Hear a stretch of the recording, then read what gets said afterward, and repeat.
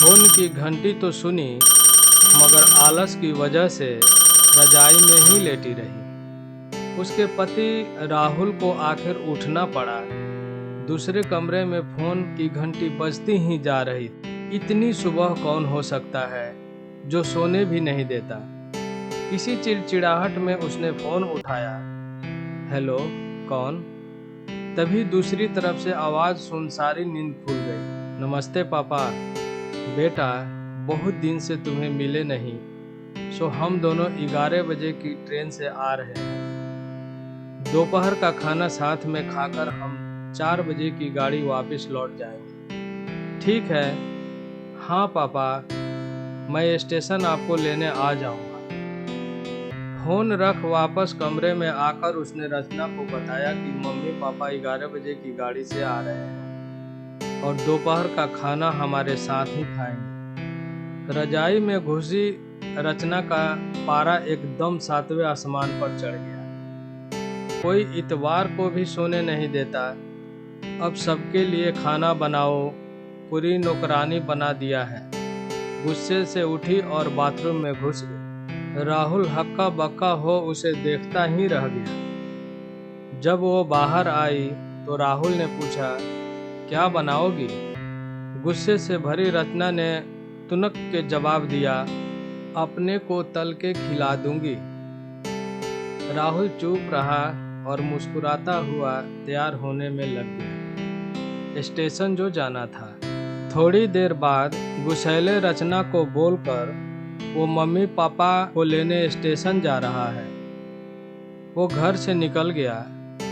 रचना गुस्से में बड़बड़ाते हुए खाना बना रही थी। दाल सब्जी में नमक मसाले ठीक है या नहीं की परवाह किए बिना बस कलछी चराए जा रही थी। कच्चा पक्का खाना बना बेमन से पराठे तलने लगी, तो कोई कच्चा तो कोई जला हुआ। आखिर उसने सब कुछ खत्म किया, नहाने चली गई। नहा के निकली और तैयार होके सोफे पर बैठ गई और मैगजीन के पन्ने पलटने लगी।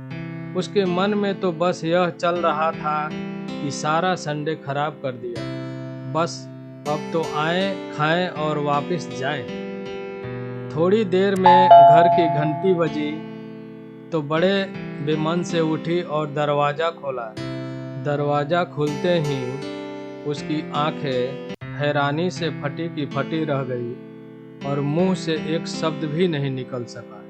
सामने राहुल के नहीं, उसके अपनी मम्मी पापा खड़े थे, जिन्हें राहुल स्टेशन से लाने गया था। मम्मी ने आगे बढ़कर उसे झिंझोड़ा, अरे क्या हुआ? इतने हैरानी परेशानी क्यों लग रही हो? क्या राहुल ने बताया नहीं कि हम आ रहे हैं? जैसे मानो रचना की नींद टूटी हो। नहीं मम्मी, इन्होंने तो बताया था, पर चलो आप अंदर आ जाओ। राहुल तो अपनी मुस्कुराहट रोक नहीं पा रहा था। कुछ समय इधर उधर की बातें करने में बीत गया। थोड़ी देर बाद पापा ने कहा, रचना, गप्पे ही मारती रहोगी या कुछ खिलाओगी भी? यह सुन रचना को तो मानो सांप ही सूंघ गया हो। क्या करती? बेचारी को अपने हाथों ही से बनाए अधपके और जले हुए खाने को परोसना पड़ा। मम्मी पापा खाना तो खा रहे थे, मगर उनकी आंखों में एक प्रश्न था जिसका वो जवाब ढूंढ रहे थे। आखिर इतना स्वादिष्ट खाना बनाने वाली उनकी बेटी आज उन्हें कैसा खाना खिला रही है? रचना बस मुंह नीचे किए बैठी खाना खा रही थी। मम्मी पापा से आंख मिलाने की उसकी हिम्मत नहीं थी। खाना खत्म कर वह ड्राइंग रूम में आ बैठी। राहुल, कुछ काम है, अभी आता हूँ कहकर थोड़ी देर के लिए बाहर निकल गया। राहुल के जाते ही मम्मी, जो बहुत देर से चुप बैठी थी, बोल पड़ी, क्या राहुल ने बताया नहीं था कि हम आ रहे हैं? तो अचानक रचना के मुंह से निकल गया, उसने सिर्फ यह कहा था कि मम्मी पापा लंच पर आ रहे हैं। मैं समझी उनके मम्मी पापा आ रहे हैं। फिर क्या था, रचना की मम्मी को समझते देर नहीं लगी कि ये मामला है। बहुत दुखी मन से उन्होंने रचना को समझाया, बेटी, हम हो या उनके मम्मी पापा, तुम्हें तो बराबर का सम्मान करना चाहिए। मम्मी पापा क्या, कोई भी घर आए तो खुशी खुशी अपनी हैसियत के मुताबिक उनकी सेवा करो। बेटी, जितना किसी को सम्मान दोगी उतना तुम्हें ही प्यार और इज्जत मिलेगी। जैसे राहुल हमारी इज्जत करता है, उसी तरह उन्हें भी उसके माता पिता को, संबंधियों की इज्जत करनी चाहिए।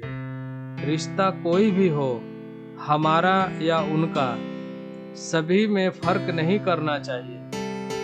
रचना की आंखों में आंसू आ गए और अपने को शर्मिंदा महसूस कर उसने मम्मी को वचन दिया कि आज के बाद ऐसा कभी नहीं होगा।